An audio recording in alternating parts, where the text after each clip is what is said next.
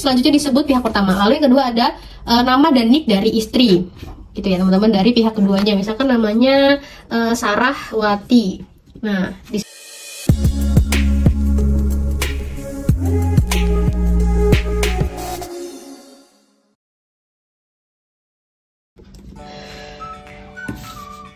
halo teman-teman Menjadi Bisa, kembali lagi di channel YouTube Menjadi Bisa. Wah, gimana nih kabar teman-teman semua? Semoga selalu dalam keadaan sehat ya. Nah, pada kesempatan kali ini Mimin akan membahas mengenai tata cara pengisian surat pernyataan tanggung jawab mutlak perkawinan atau perceraian yang belum tercatat nih teman-teman. Nah, surat ini gunanya buat apa sih?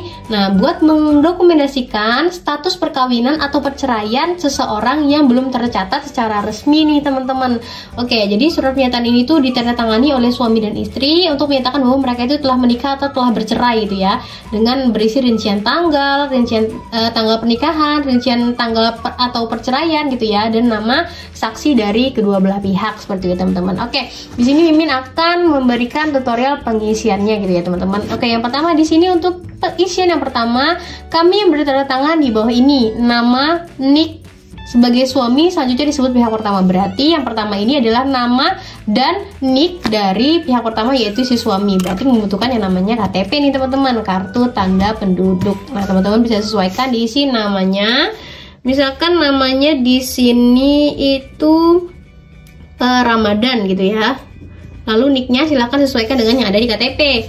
Ada 16 digit, 180508 sekian. Lalu sebagai suami selanjutnya disebut pihak pertama. Lalu yang kedua ada nama dan nik dari istri, gitu ya teman-teman, dari pihak keduanya. Misalkan namanya Sarahwati. Nah, di sini niknya itu bisa sesuaikan dengan yang ada di KTP 180508 sekian.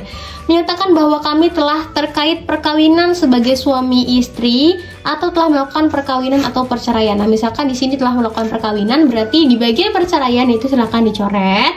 Lalu jika telah melakukan perceraian, berarti di bagian perkawinan dicoret, yang perceraiannya ditampilkan seperti itu teman-teman. Silahkan sesuaikan saja yang dilaksanakan pada, misalkan kalau perkawinan itu menikahnya pada tanggal hari apa, bulan apa, dan tahun apa gitu ya teman-teman. Misalkan menikah itu pada 13 Juli 2024 gitu misalkan, atau bercerai pada 13 Juli 2024 dengan saksi-saksi. Nah, berarti di sini teman-teman membutuhkan nama dan nik dari kedua saksi, gitu ya teman-teman ya.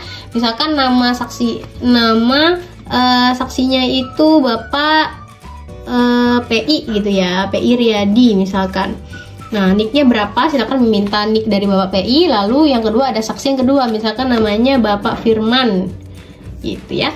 Nah, seperti itu. Jika sudah terisi nama dan niknya, silahkan bagian terakhir yaitu mengisi kolom nama anak-anak. Jika belum memiliki anak, berarti silahkan dikosongkan saja. Jika sudah, silahkan diisi nama, lalu ada nomor akta kelahiran, lalu ada status hubungan dalam keluarga. Berarti di sini ditulisnya anak gitu ya. Nah, demikian surat pernyataan ini dibuat dengan sebenarnya. Apabila dalam keterangan yang kami berikan terdapat hal yang tidak berdasarkan keadaan yang sebenarnya, kami bisa dikenakan sanksi sesuai dengan ketentuan peraturan perundang-undangan yang berlaku. Nah, berarti di sini teman tinggal mengisi bagian tanggal pernyataan pembuatan surat, misalkan tanggal 24 Desember tahun 2024 misalkan. Lalu di sini jangan lupa tanda tangan ada materai 10.000 dari pihak pertama yaitu pihak suami, pihak kedua di sini tanda tangan yaitu pihak istri. Lalu jangan lupa bubuhkan tanda tangan saksi 1 dan tanda tangan saksi 2. Oke teman-teman, mungkin sekian tutorial pengisian dari surat pernyataan tanggung jawab mutlak perkawinan atau perceraian